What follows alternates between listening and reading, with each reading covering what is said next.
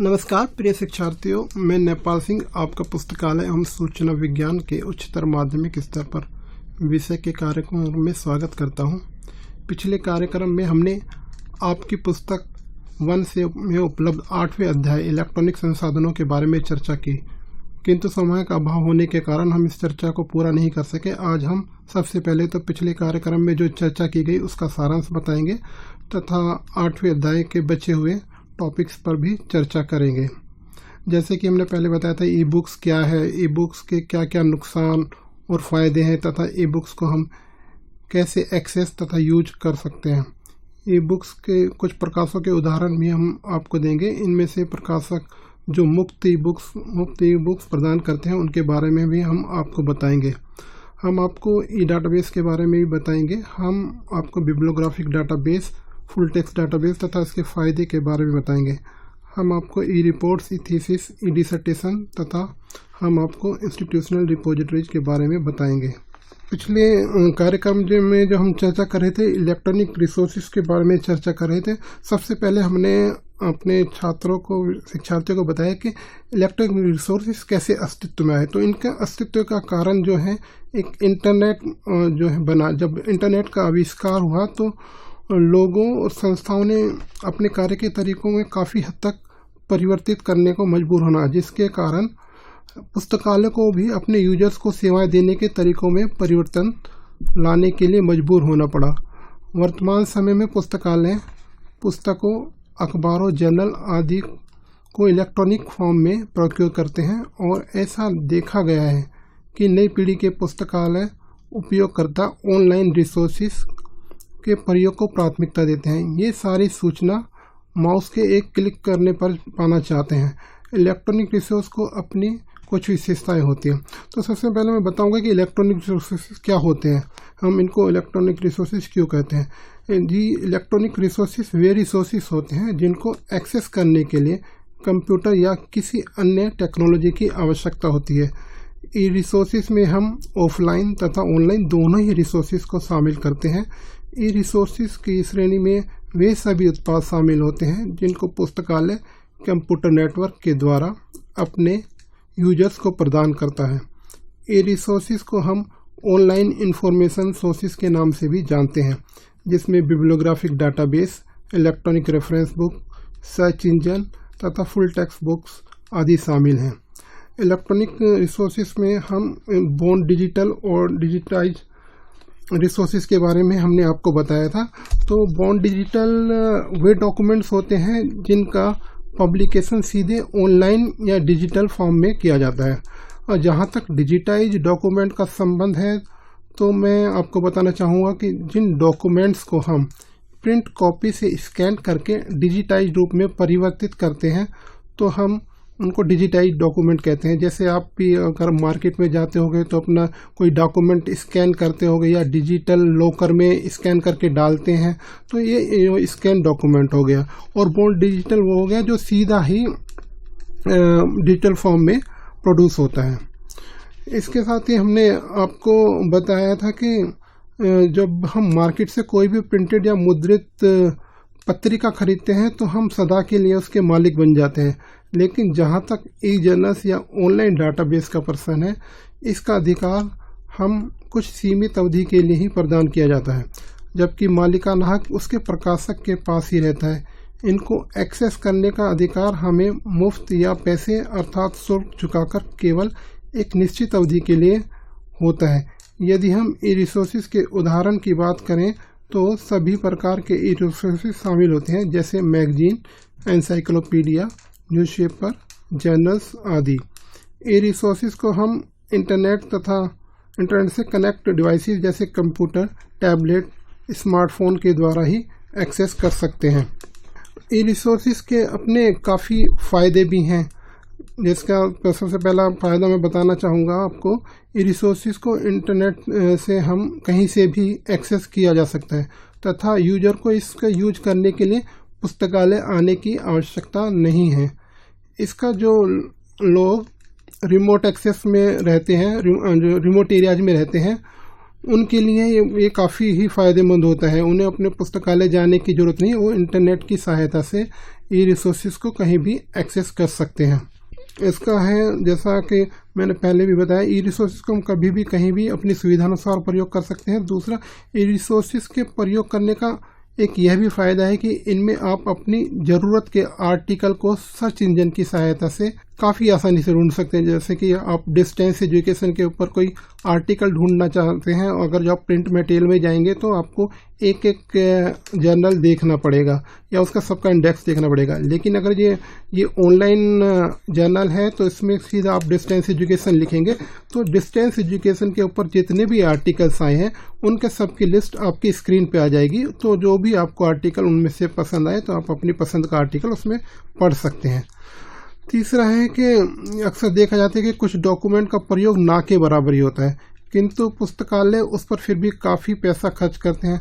लेकिन ई रिसोर्सेज के प्रयोग के कारण हम इनके आंकड़े आसानी से जान सकते हैं कंप्यूटर की सहायता से कि इस किताब को या इन ई रिसोर्सेज को कितने लोगों ने प्रयोग किया या इसका बिल्कुल भी प्रयोग नहीं हुआ था। अगर किसी डॉक्यूमेंट का बिल्कुल प्रयोग नहीं हो रहा है तो हम उसको आगे डिसकंटिन्यू कर सकते हैं, उसकी जगह पर दूसरा नया भी कोई जर्नल या पत्रिका सब्सक्राइब कर सकते हैं। कभी कभी प्रिंट डॉक्यूमेंट काफ़ी देर से प्राप्त होते हैं, कभी डाक में देरी हो जाती है या कोरियर से जो आता है उसमें देरी हो जाती है, तो कभी मिसिंग भी हो जाते हैं। किंतु जहाँ तक ई रिसोर्सेज का जर्नल है, ई रिसोर्सेज का सवाल है, वो हमें लेटेस्ट इन्फॉर्मेशन प्राप्त होती है और सीधे इंटरनेट की सहायता से हम उनको देख सकते हैं। क्योंकि ई रिसोर्सेज के साथ अन्य संबंधित डॉक्यूमेंट के लिंक भी दिए होते हैं तो यूजर्स को उनके विषय में प्रकाशित अध्ययन सामग्री के बारे में भी पता चल जाता है। जैसे कि अगर जो हम डिस्टेंस एजुकेशन के ऊपर कुछ सर्च कर रहे हैं तो हमें ओपन स्कूलिंग का उससे रिलेटेड लिंक है या current trends in distance education, इस तरह के लिंक्स भी मिल जाएंगे जिससे हम उनके ऊपर भी सर्च आराम से कर सकते हैं। तीसरा है इलेक्ट्रॉनिक रिसोर्सेज में जो है ऑडियो और वीडियो दोनों ही होते हैं, जिसमें किसी भी विषय को समझना काफ़ी आसान होता है, जबकि प्रिंटेड रिसोर्सेज में यह संभव नहीं है। ई रिसोर्सेज के प्रोक्योरमेंट्स को हम पुस्तकालय का काफ़ी समय बचा सकते हैं। इस प्रकार ई रिसोर्सेज का प्रयोग काफ़ी फ़ायदेमंद है। ये तो रही ई रिसोर्सेज के फ़ायदे की बात, लेकिन चाहे कोई व्यक्ति हो या वस्तु हो, हर किसी के कुछ अच्छाई या तथा उसमें कुछ कमियां छुपी हुई होती हैं। कोई भी अपने आप में संपूर्ण नहीं हो सकता। ठीक उसी प्रकार ई रिसोर्सेज की अपनी कुछ कमियां भी होती हैं। इनको पढ़ने के लिए हमें इंटरनेट तथा किसी एक डिवाइस जैसे लैपटॉप, टैबलेट या मोबाइल फ़ोन की आवश्यकता होती है। बिना इनके हम ई रिसोर्सेज को एक्सेस नहीं कर सकते। अगर जो हम ग्रामीण छात्रों की बात करें तो वहाँ अभी भी काफ़ी गाँव में जो है बिजली या इंटरनेट उपलब्ध नहीं है तो वो उससे वंचित रह जाते हैं। इस तरीके से ये इसका नुकसान है, जबकि प्रिंट रिसोर्सेज वो आराम से पढ़ सकते हैं। चाहे ई जर्नल हो या ई बुक्स हो, इनका एक्सेस जब तक हमारा सब्सक्रिप्शन चालू है तब तक ही सही चलता रहता है। लेकिन पुस्तकालय यदि सब्सक्रिप्शन छोड़ दे तो पुराने इशू को एक्सेस करना बहुत ही मुश्किल होता है। ऐसा ही ई बुक्स के साथ भी होता है, जबकि प्रिंट सोर्सेस में ऐसा नहीं होता। प्रिंट सोर्सेस के केस में जब हम एक बार किसी को खरीद लेते हैं तो उसके मालिक बन जाते हैं, लेकिन ई रिसोर्सेस का मालिकाना हक हमेशा उसके प्रकाशक के पास ही रहता है। ई रिसोर्सेस को हमें ज़्यादातर स्क्रीन पर ही पढ़ना पड़ता है और स्क्रीन पर पढ़ना सभी के लिए इतना कंफर्टेबल नहीं होता। वो हर कोई जो है उसको बुक्स में ज़्यादा पढ़ना चाहता है तथा ई रिसोर्सेज का प्रिंट आउट लेकर ही पढ़ना पसंद करते हैं। इस प्रकार ई रिसोर्सेज के काफ़ी फ़ायदे होने के साथ साथ काफ़ी नुकसान भी हैं, किंतु फ़ायदे ज़्यादा होने के कारण इसका प्रयोग दिन प्रतिदिन बढ़ता ही जा रहा है। हमने चर्चा की थी कि ई रिसोर्सेज को सिलेक्ट कैसे करें, मतलब इनके सिलेक्ट करने के क्या तरीके हैं, जिसमें हमने आपको बताया था कि एक हम फैकल्टी रिकमेंडेशन उसके ऊपर सेलेक्ट कर सकते हैं। जैसे ई रिसोर्सेज के एक्विजिशन के लिए पुस्तकालय को उनके यूजर से रिक्विजिशन आती है। कोई भी फैकल्टी मेंबर रिक्विजिशन दे सकता है कि मुझको यह जर्नल चाहिए। यदि पुस्तकालय एक शैक्षणिक पुस्तकालय है तो ज़्यादातर रिकमेंडेशन फैकल्टी मेंबर से ही आती हैं। और यहाँ मैं एनएस पुस्तकालय की बात करूं तो मैं कहूँगा कि हमारे यहाँ जो फैकल्टी मेंबर्स हैं काफ़ी हमें समय समय पर जर्नल्स या पुस्तकें सब्सक्राइब करने के लिए, उनको एक्वायर करने के लिए रिक्विजिशन देते रहते हैं। उनके रिक्विजिशन के आधार पर ही हम लाइब्रेरी कमेटी के रिकमेंडेशन के आधार पर उनको प्रोक्योर करते हैं। कभी कभी जब हम इंटरनेट सर्फिंग करते रहते हैं तो हमें काफ़ी लाभकारी तथा महत्वपूर्ण ई रिसोर्सेज के बारे में पता चल जाता है। देखा होगा आपने, जब कभी आप इंटरनेट सर्फ करते होंगे तो आपके सब्जेक्ट से संबंधित काफ़ी सारे जर्नल्स के नाम और बुक्स के नाम जो पता चल जाता है, जो आपके जो पसंद के होते हैं, तो उसमें से हम सिलेक्ट करके अपने लाइब्रेरी में मंगा सकते हैं। तीसरा, review of journal subscribe by other library. ऐसा देखा गया कि बहुत सारी लाइब्रेरी, कोई भी लाइब्रेरी हो, सारे जर्नल्स तो सब्सक्राइब कर नहीं सकती, तो उसको दूसरे लाइब्रेरी के ऊपर भी डिपेंड रहना पड़ता है। तो दूसरी लाइब्रेरी में जो जर्नल सब्सक्राइब हो रहे हैं उनके रिव्यू के आधार पर हम उनको यहाँ खरीद सकते हैं। तीसरा है रिव्यू इन न्यूज़पेपर। न्यूज़पेपर में भी रिव्यू आते रहते हैं, ई बुक्स के या ई जर्नल्स के, तो उसके रिव्यू को पढ़ के हम अपने लाइब्रेरी में उनको एक्वायर कर सकते हैं। और पब्लिक सर जो है हमेशा एडवर्टाइजमेंट वगैरह देते रहते हैं कि इसको खरीदिए, ये इसका ये फ़ायदे हैं, तो एडवर्टाइजमेंट के रिव्यू करके भी हम जर्नल सब्सक्राइब करते हैं। इस तरह से हमने इनको सिलेक्शन के बाद बताया था। और जैसा मैंने पहले बताया था कि प्रिंट रिसोर्सेज का संबंध उनको खरीदने के पश्चात में पुस्तकालय का किस पुस्तकालय या किसी व्यक्ति की संपत्ति हो जाती है, किंतु ई रिसोर्सेज में ऐसा नहीं होता। इसमें खाली जो है ई रिसोर्सेज में हमें सीमित अवधि के लिए लाइसेंस मिलता है, और लाइसेंस खरीदने के लिए कुछ गतिविधियां सम्मिलित होती हैं, जिनमें से प्रमुख है डिटरमाइनिंग द प्राइसेस, अर्थात कीमत को सुनिश्चित करना, नेगोशिएशन विद द वेंडर्स, अर्थात वेंडर के साथ बातचीत करना, completing the license agreement, license agreement को पूरा करना, एलोकेशन ऑफ फंड एलोकेट करना, प्लेसिंग ऑफ ऑर्डर प्लेस करना, वेरिफिकेशन करना, टाइटल का वेरीफाई करना। इस प्रकार इस तरीके से जो है जर्नल्स को सब्सक्राइब कर सकते हैं। अब जहाँ तक इसमें, क्योंकि ई जर्नल्स का लाइसेंस मिलता है, तो जहाँ तक लाइसेंस का संबंध है, तो लाइसेंस पुस्तकालय तथा प्रकाशक के बीच एक लिखित समझौता होता है, लेकिन लाइसेंस किसी ई रिसोर्सेज को प्रयोग करने की प्रकाशक द्वारा अनुमति होती है। लाइसेंसिंग समझौतों में काफ़ी सारी चीज़ों का जिक्र होता है, जैसे पेमेंट कैसे होगी, उसकी गणना का क्या तरीका होगा, ई रिसोर्सेज के यूजर्स कौन होंगे, फेयर यूज के क्या परिभाषा होगी, आर्काइवल राइट क्या होंगे। लाइसेंस एग्रीमेंट में ये सारी बातें का जिक्र होता है। रिसोर्सेज को बजट की बात करें तो हम जब रिसोर्सेज का बजट कहाँ से आता है, तो हर एक लाइब्रेरी में अलग अलग होता है। जैसे एकेडमिक लाइब्रेरी है, कॉलेज लाइब्रेरी, यूनिवर्सिटी लाइब्रेरी है, तो उनका ज़्यादातर फंड्स यूजीसी से प्राप्त होता है। और अगर टेक्निकल कॉलेज है तो उनको एआईसीटी से मिलता है। कुछ कॉलेज अपने मेंबरशिप फी से जनरेट करते हैं पैसा, और कुछ लेट फाइन से करते हैं। इस तरीके से फंड इकट्ठा करते हैं। ज़्यादातर पुस्तकालय अपने ई रिसोर्सेज का विवरण जो है अपनी लाइब्रेरी के ओपेक पर डाल देते हैं। ओपेक क्या है? Online public access catalogue.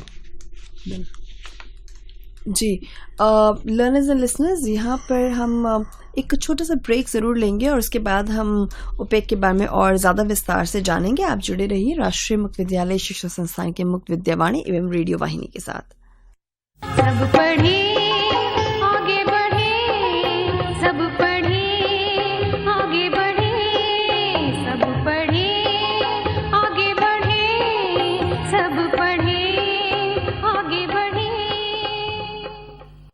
मुक्त विद्यावाणी, मुक्त विद्यावाणी, ये है मुक्त विद्यावाणी। शिक्षा पाना सरल यहाँ है, कहती यही जुबानी। संचार माध्यम लेकर आया ज्ञान की नई कहानी। मुक्त विद्यावाणी, मुक्त विद्यावाणी, ये है मुक्त विद्यावाणी।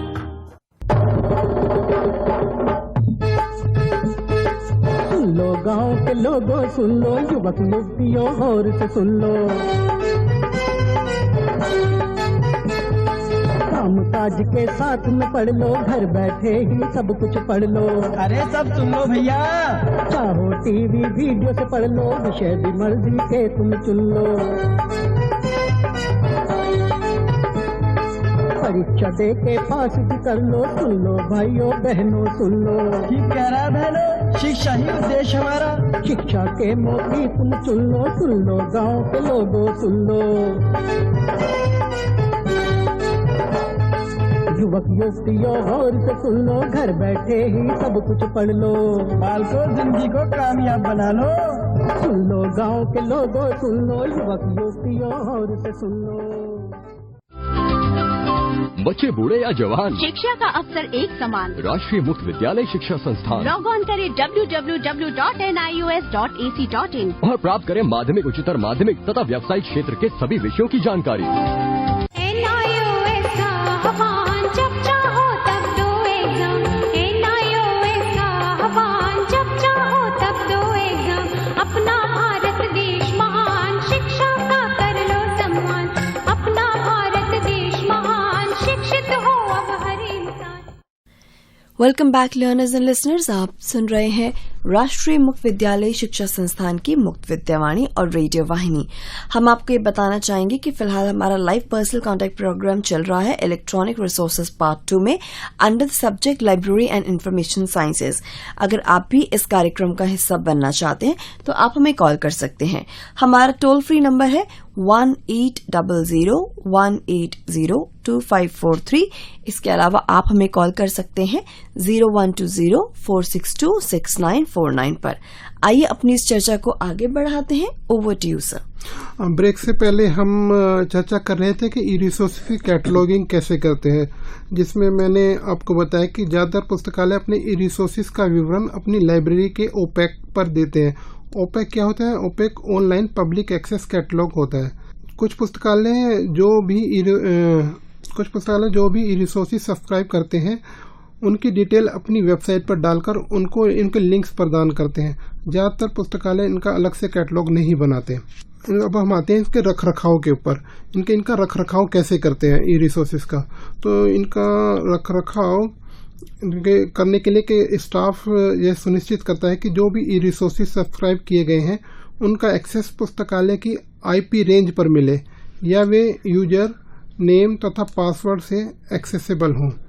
स्टाफ ही ऑथोराइज यूजर्स को यूजर नेम तथा पासवर्ड देता है। यदि कभी कोई यूजर या भी कोई इशू एक्सेसिबल नहीं होता है तथा स्टाफ भी उसे ठीक करने में असमर्थ होता है तो फिर उसको सुलझाने के लिए पब्लिशर से संपर्क करता है।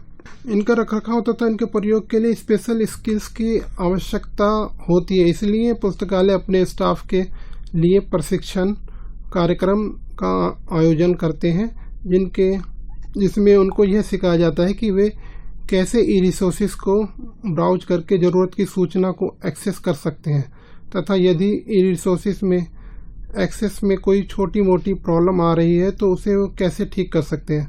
जब पुस्तकालय का स्टाफ प्रशिक्षित हो जाता है तो वह उसे पुस्तकालय के यूजर को ओरिएंट करता है ताकि ई रिसोर्सेज का प्रयोग बढ़ सके। अब हम बात करते हैं ई रिसोर्सेज की विभिन्न श्रेणियों के। जहाँ तक ई रिसोर्सेज की विभिन्न श्रेणियों का प्रश्न है तो मैं कहूँगा कि ई रिसोर्सेज की विभिन्न श्रेणियाँ हैं, जैसे e journal, e books, electronic databases, e reports, e thesis and dissertation, institutional repositories.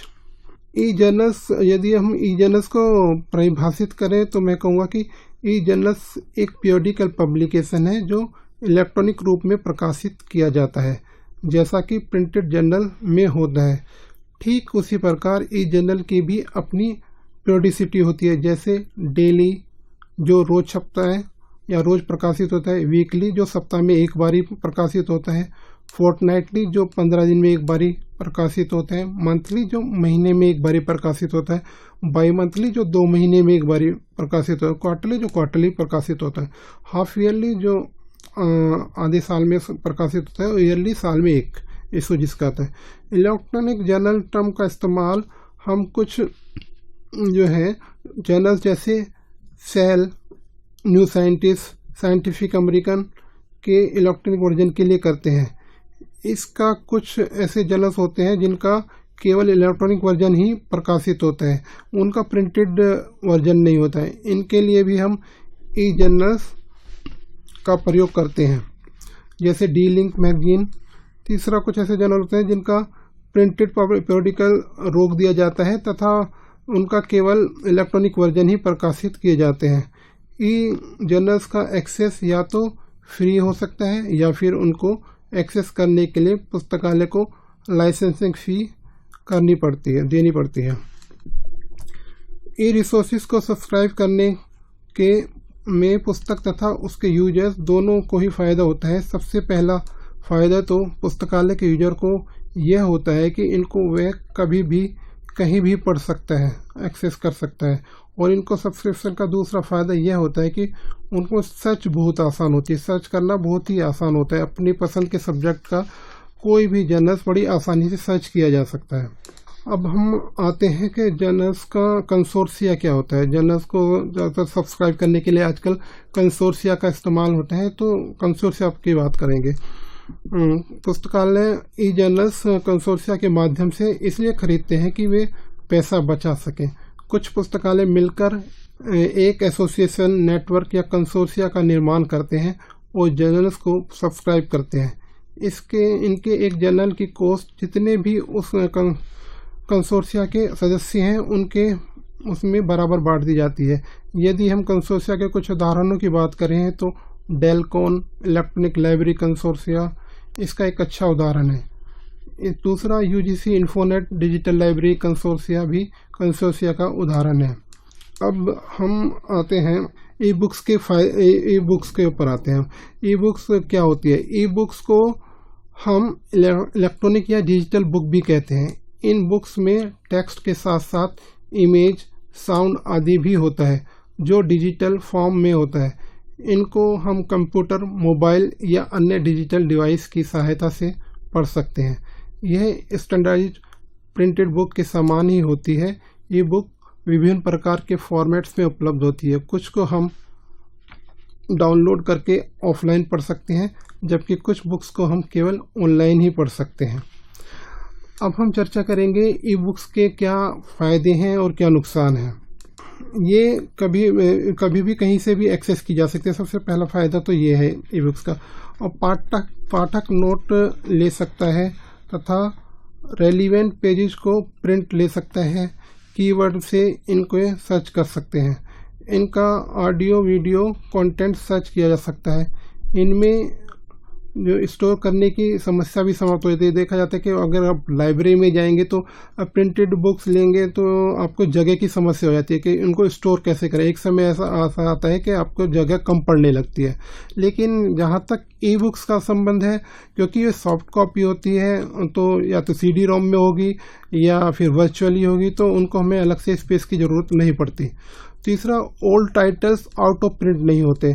Printed book में देखा गया है कि जो टाइटल ओल्ड हो जाते हैं वो आउट ऑफ प्रिंट हो जाते हैं, तो उनमें हमारे को मिल नहीं पाता है ओल्ड टाइटल। लेकिन इसमें ऐसा नहीं होता है। ई बुक्स का नुकसान की बात मैं यदि करूँ तो ई बुक्स के लिए हमें नंबर ऑफ लाइसेंस अधिक लेने पड़ते हैं। ई बुक्स को एक्सेसन करने बिजली या पावर की आवश्यकता होती है। Publication use digital light management software को कंसोल ई बुक्स एक्सेस किया जा सकता है। अब हम चर्चा करेंगे ई बुक्स को एक्सेस करने की।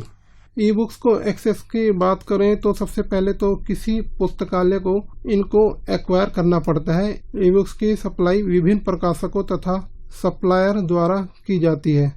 एक्सेस मॉडल्स की शर्तें तथा नियम विभिन्न प्रकाशकों तथा वेंडरों द्वारा अलग अलग हो सकते हैं। ये बिजनेस मॉडल्स के तथा सप्लायर्स के विभिन्न प्रकार के ऊपर डिपेंड करता है। एक ही समय पर यूजर्स द्वारा ई बुक्स को एक्सेस करने की संख्या अलग अलग प्रकाशकों द्वारा अलग अलग प्रदान की जाती है। बिजनेस मॉडल से तात्पर्य है प्रकाशकों द्वारा बेची जाने वाली ई बुक्स की नियम व शर्तें। जी अभी मैं ब्रेक का इशारा कर रहे हैं, तो अभी हम ब्रेक के बाद करेंगे। जी लर्नर्स एंड लिसनर्स, यहाँ पर हमें लेते हैं एक छोटा सा ब्रेक। आप जुड़े रहिए राष्ट्रीय मुक्त विद्यालय शिक्षा संस्थान की मुक्त विद्यावाणी के साथ। पढ़ो लिखो आओ बढ़ा लो ज्ञान, पढ़ो लिखो आओ बढ़ा लो ज्ञान, एनआईओएस का आह्वान, शिक्षा जन जन का कल्याण, एनआईओएस का आह्वान, शिक्षित हो अब हर इंसान। मुक्त विद्यावाणी, मुक्त विद्यावाणी, ये है मुक्त विद्यावाणी। ज्ञान असीमित और अपार, सरल पाठ्यक्रम आपके द्वार। सभी पढ़े आगे बढ़े, हमने मन में ठानी।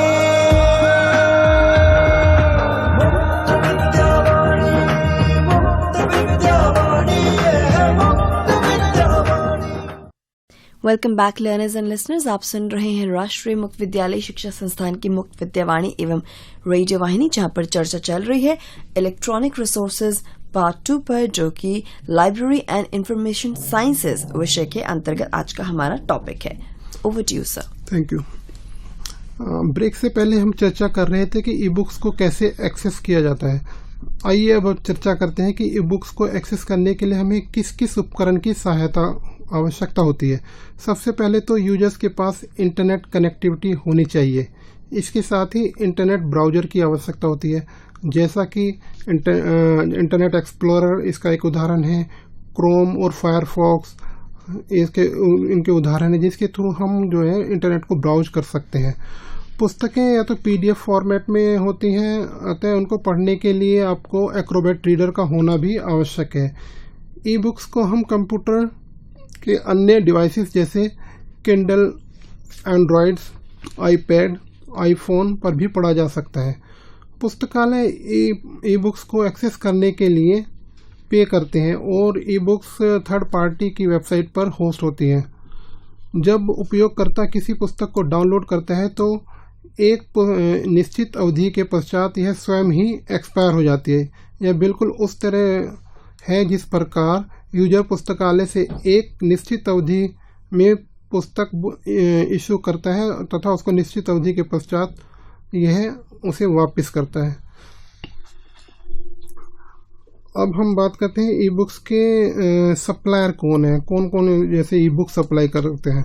तो इन उदाहरण ई बुक्स के सप्लायर के उदाहरण की बात करूं तो मैं बताना चाहूँगा कि माई लाइब्रेरी, जिसका वेब एड्रेस है http://www.thelibrary.com mylibrary.com e books supplier का एक अच्छा उदाहरण है। इसका दूसरा उदाहरण है ई लाइब्रेरी का एप्सको भी जो है ई बुक्स सप्लाई करते हैं। स्प्रिंजर ई बुक्स सप्लायर का एक अच्छा उदाहरण है।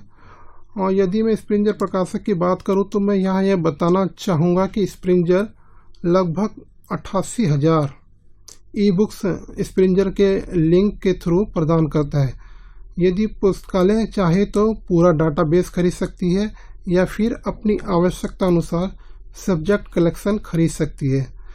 यदि किसी को इंडिविजुअल टाइटल परचेज करना है तो वो एग्रीगेटर या फिर ऑनलाइन शॉप्स जैसे amazon.com या फिर springer.com पर संपर्क कर सकता है। और ऑक्सफोर्ड यूनिवर्सिटी प्रेस 8,000 से अधिक शैक्षणिक मोनोग्राफ विभिन्न 20 विषयों क्षेत्रों में प्रदान करता है। इसको में सम्मिलित हैं humanities, social sciences, medical sciences. इसके प्लेटफॉर्म को हम ऑक्सफोर्ड स्कॉलरशिप ऑनलाइन से जानते हैं। इसके कलेक्शन को नियमित रूप से नए टाइटल के साथ अपडेट किया जाता है। इसी प्रकार सफारी टेक्निकल बुक्स, सफारी 8,000 से अधिक ई बुक्स प्रदान करती है, जिसको कंप्यूटर एप्लीकेशन तथा ट्रेनिंग के 100 से ज़्यादा प्रकाशक शामिल हैं। इसका वेब एड्रेस है www.safaribooksonline.com। अभी तक आपने जी आपने जो है जाना कि ई बुक्स जो प्रकाशक कौन से हैं। ई बुक्स को एक्सेस प्रदान करने के लिए कुछ ना कुछ शुल्क तो देना पड़ता है। फिर भी कुछ वेबसाइट ऐसी होती हैं कि ऑनलाइन हमारे को फ्री ई बुक्स प्रदान करती हैं, जिसमें है कैरी, ये फुल टेक्स्ट इलेक्ट्रॉनिक लाइब्रेरी है, फ्री बुक्स। दूसरा है इंटरनेट क्लासिक आर्काइव, और तीसरा है internet public library, online book page, project Gutenberg, UC press e books collection. ये जो है हमारे को फ्री ई बुक्स प्रदान करते हैं। ई बुक्स में प्रिंटेड बुक्स इसमें काफ़ी ज़्यादा सहूलियतें होने के कारण जो है यूजर्स को प्राप्त होते हैं, किंतु मतलब लोग कहते हैं कि क्या अब ई बुक्स जो आ गई है इसके कारण प्रिंटेड बुक्स बिल्कुल ख़त्म हो जाएंगी। लेकिन मुझे ऐसा नहीं लगता कि फ्यूचर में ई बुक्स मतलब के आने के कारण प्रिंटेड बुक्स ख़त्म हो जाएंगी, क्योंकि प्रिंटेड बुक्स का अपना अलग है उसका कन्वेंस है और इलेक्ट्रॉनिक बुक्स का अपना अलग है। प्रिंटेड बुक्स को आराम से आसानी से कहीं भी पढ़ा जा सकता है। अब हम जो है डाटाबेस के बारे में चर्चा करेंगे। डाटाबेसेस क्या है? डाटाबेस एक टर्म के रूप में देखूं तो मैं कहूँगा कि डाटाबेस शब्दों का प्रयोग रिकॉर्ड के संग्रह को कहा जाता है। इस संग्रह में न्यूमरिक, टेक्सचुअल और इमेज बेस्ड रिकॉर्ड हो सकते हैं